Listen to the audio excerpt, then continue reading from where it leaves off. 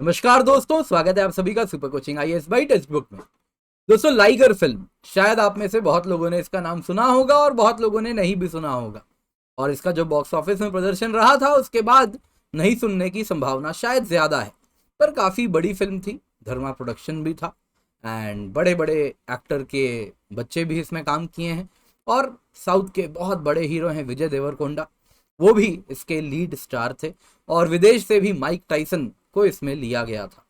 और एक बार फिर से लाइगर फिल्म कहीं ना कहीं सुर्खियों में आ चुकी है, एंड अनफॉर्चुनेटली वापस से for all the negative reasons.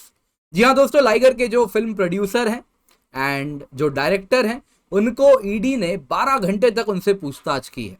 तो यहां से एक बहुत फंडामेंटल सवाल निकल रहा है, क्या बॉलीवुड आज भी मनी लॉन्ड्रिंग कर रहा है? क्योंकि एक टाइम था जब बॉलीवुड फेमस था, रिनाउंड था अंडरवर्ल्ड के पैसे इस्तेमाल करने के लिए और ब्लैक मनी को वाइट करने के लिए, हवाला ट्रांजैक्शंस यूज करने के लिए। तो क्या पास्ट था विकी लीक्स वगैरह केबल के? मैं आपको तथ्यों के रूप में बात करूंगा, क्या विकी लीक्स ने कहा है, क्या कोबरा पोस्टिंग ऑपरेशन में आया था, वो सारी बातें यहां पर मैं करने वाला हूं। और साथ ही साथ लाइगर के बारे में क्या न्यूज में है उस पर भी चर्चा होगी। तो यहां से एक सवाल उठता है, क्या बॉलीवुड आज भी मनी लॉन्ड्रिंग करता है? तो दोस्तों आप देख सकते हैं न्यूज में है, liger under ED scanner, movie makers पूरी जगन्नाथ एंड चार्मी कौर को 12 घंटे तक क्वेश्चन किया गया है। तो लाइगर वापस से सुर्खियां बना रहा है। इससे पहले जब सुर्खियों में था वो था फिल्म रिलीज होने के पहले, और तब भी नेगेटिव रीजन से ही कहीं ना कहीं ये हेडलाइंस बटोर रहा था। कारण क्या था? तो बॉयकॉट वाले वक्त में ये भी घिर गया था एंड एक्टर ने साफ साफ, विजय देवरकोंडा ने कह दिया था मेरी मूवी देखनी है देखो, नहीं देखनी है मत देखो। लोगों ने कहा नहीं देखेंगे, तो और उसके साथ बॉयकॉट होता है और ये मूवी बुरे तरीके से पिट जाती है। 125 करोड़ में बनाया जाता है, विदेशी लोकेशंस में इसकी शूटिंग होती है। विदेश पे मैं स्पेशल फोकस कर रहा हूँ, विदेश में शूटिंग होती है। विदेश के बहुत फेमस बॉक्सर हैं माइक टाइसन, उनको भी लिया जाता है। और 125 करोड़ की लागत होती है और जो पैसे बनाती है वो होता है केवल 20 करोड़ रुपए। तो इन्फोर्समेंट डायरेक्टर ने पूरी जगन्नाथ, जो इन्फोर्समेंट डायरेक्टरेट ईडी ने इस मूवी के डायरेक्टर पूरी जगन्नाथ और actress turned producer Charmi Kaur को 12 घंटे तक थर्सडे को इन्वेस्टिगेशन के लिए बुलाया और 12 घंटे तक इनकी अच्छी खासी ग्रिलिंग हुई है। और कारण है कि इन्होंने फेमा का वायलेशन किया है। तो यहाँ पे फेमा क्या है उस पर भी चर्चा करेंगे। और 12 घंटे तक पूछताछ हुई। तो इन्वेस्टिगेटिव एजेंसी ने क्या कहा है? तो ये पूरी कहानी शुरू होती है जब कांग्रेस के एक लीडर है बक्का जिटसन, जिनकी तस्वीर आप देख रहे हैं, उन्होंने ही कंप्लेन फाइल की थी। कंप्लेन के अनुसार उनका कहना था कि लाइगर फिल्म बनाने में, इस मूवी में अलग अलग डूबियस रूट्स से, संदिग्ध रूट्स के द्वारा पैसा पंप किया गया था और वहीं से इन्वेस्टिगेशन स्टार्ट हुआ। और उन्होंने कहा कि पॉलिटिशियंस ने भी इस मूवी में पैसे डाले हैं अपने ब्लैक मनी को वाइट करने के लिए। दोस्तों लग रहा है जैसे वापस 90s एंड 2000s का एरा आ चुका है। तो कुछ वैसा ही, ऐसे एलिगेशंस थे और उसके बाद ईडी ने अब इन्वेस्टिगेशन अपना स्टार्ट कर दिया है। और ईडी का भी कहना है कि ऐसा लगता है कई कंपनीज ने एक फंड में अपने पैसे ट्रांसफर किए हैं फिल्म मेकर्स को पैसे देने के लिए। और ईडी ने ही जगन्नाथ एंड कौर से ही पूछा, जो कि फिल्म के डायरेक्टर एंड प्रोड्यूसर हैं, कि आपने माइक टाइसन को लिया, आपने विदेश में यूएस में इतनी ज्यादा शूटिंग की है, तो वहां पे इतने सारे टेक्निकल क्रूज आपने रखे थे, तो उनको आपने कैसे पेमेंट किया? क्या ये पेमेंट फीमा के द्वारा जैसे रूट्स बताए गए हैं उसको फॉलो करते हुए किया है या फीमा को वायलेट किया है? तो फीमा क्या है मैं आपको बता दूंगा, पर उससे पहले एक फंडामेंटल सवाल है, क्या फिल्म इंडस्ट्री आज भी मनी लॉन्ड्रिंग करता है? दोस्तों पास्ट की बात करें ना, तो विकी लीक्स ने 2011 में बताया था कि जो मूवीज में, बॉलीवुड इंडस्ट्री में हवाला के जरिए बहुत ज्यादा पैसा जाता है। वैसे आप में से काफी लोग पूछेंगे लाइगर कहाँ की फिल्म थी? ये बॉलीवुड फिल्म थी। ये पहली बार आप देखें तो विजय देवरकोंडा का बॉलीवुड डेब्यू इस फिल्म के द्वारा ही हुआ था। तो धर्मा प्रोडक्शन भी है और भी बहुत सारे आप देख सकते हैं, आमिर खान का ही मुझे लग रहा है ये लोगो आपको यहाँ पे दिख रहा है। तो बहुत सारे हाउसेस का पैसा इसमें लगा था।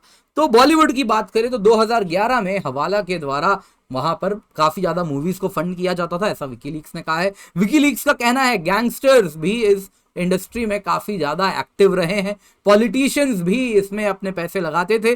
गैंगस्टर्स, पॉलिटिशियंस, इनका नेक्सस था और इसके द्वारा ये अपने ब्लैक मनी को वाइट करते थे। सिंपल शब्दों में कहूं तो मनी लॉन्ड्रिंग किया करते थे। 2012 का कोबरा पोस्टिंग ऑपरेशन है, उसके अंतर्गत कई प्रोड्यूसर, डायरेक्टर ने कैमरा में कबूला था कि इंडस्ट्री में तो खूब ब्लैक मनी को वाइट करने के लिए अलग अलग तरीके हैं जिनका इस्तेमाल किया जाता है। और उन्होंने ये भी कहा, एक नंबर्स भी दिया, अगर कोई बड़ा बैंक नहीं है तो करीबन करीब 40% मनी वाइट होता है, 60% ब्लैक होता है, किसी में 60% ब्लैक होता है, 40% वाइट होता है। तो इस प्रकार के नंबर्स भी थ्रो किए गए हैं। वहीं पे दोस्तों अगर हम इनकम टैक्स एनालिसिस की बात करें तो मूवीज में बहुत आसानी से कैश का इस्तेमाल होता है, क्योंकि जो रिसीट्स होते हैं ना, डेली खर्चा हो रहा है, शूटिंग हो रही है, स्पॉट बॉयज हैं, खाना आ रहा है और भी अन्य प्रकार के अनेकों खर्चे हैं, तो वो खर्चे ये लोग कैश में दिखाते हैं। और जाहिर सी बात है अगर कैश में खर्चे हैं तो ये लोग जो कि ड्रग्स के द्वारा पैसे बना रहे हैं कैश में, जो कि कहीं ना कहीं आप देखिए ह्यूमन ट्रैफिकिंग में इन्वॉल्व हैं, आर्म्स ट्रैफिकिंग में इन्वॉल्व हैं, वो लोग क्या करते हैं अपने कैश को इस्तेमाल करवाते हैं मनी में, फिल्म बनाने में, और वो कैश का इस्तेमाल होके फिल्म बनता है और फिल्म जब पैसे बनाता है तो उनका ब्लैक मनी इस तरीके से वाइट होता है। इसमें बहुत सारा रूट है। मूवीज में अगर आप देखें तो वो लोग एक्सपेंसेस अपना इन्फ्लेट कर देते हैं, आउट ऑफ बुक पेमेंट्स बहुत ज्यादा दिखा देते हैं, तो इस तरीके से टैक्स से भी लायबिलिटी इनकी बचती है और साथ ही साथ मनी लॉन्ड्रिंग का भी रूट बना हुआ है। दोस्तों अगर यहाँ पे आप जिसकी तस्वीर देख रहे हैं ये व्यक्ति है अबू सालिम। अबू सालिम बहुत फेमस गैंगस्टर है, ये जिसके साथ पोर्टुगल से डिपोर्ट होकर इंडिया आया था। उस वक्त वो जो महिला थी वो भी बहुत फेमस एक एक्ट्रेस रह चुकी है, उन्होंने भी कई फिल्म किए थे। कौन सी महिला है आप उनका नाम बता दीजिएगा कमेंट में, मैं नहीं बताऊंगा, आई एम प्रीटी श्योर आपको मालूम है, और कौन सी मूवी है वो भी बता दीजिएगा। साथ ही साथ आपको मैं कहना चाहूंगा तो ये जो अबू सालिम है इसकी अगर मैं बात करूं तो इसने बड़े बड़े सुभाष घाई तक को धमकी दी थी, सुभाष घाई को धमकी दी थी और कहा था कि जो परदेश मूवी तुम्हारी आने वाली है इसका विदेश में जो राइट्स होगा ना डिस्ट्रीब्यूट करने का वो मैं लूंगा, नहीं दोगे तो गोली मार दूंगा। और उस पर गोली मारने की उसने धमकी दी और फिर जल्दी उसने टिप्स के जो बहुत फेमस हुआ करते थे उस वक्त ओनर, उनको भी इसी ने मरवाया था। और उसके बाद बॉलीवुड इंडस्ट्री में एक डर हो गया था अबू सालिम का, और अबू सालिम जिस एक्टर को चाहता था उस एक्टर से अपनी मूवी में काम करवाता था, कोई डेट्स का इशू नहीं होता था। वो सारे एक्टर जो बहुत टैंट्रम थ्रो किया करते थे डेट्स देने में, जब बात होती थी अबू सालिम की मूवी में वो हाथ जोड़ के काम करते थे, ये हालत था। तो क्या वो वक्त वापस आ रहा है? लग रहा था ये वक्त 90s 2000 तक ही था, अब तो बड़े बड़े बैंक्स आ गए हैं जो फिल्म में पैसे लगा रहे हैं। तो ये बैंक्स जब पैसे लगा रहे हैं तो क्या फिल्म इंडस्ट्री में ट्रांसपेरेंसी आई है?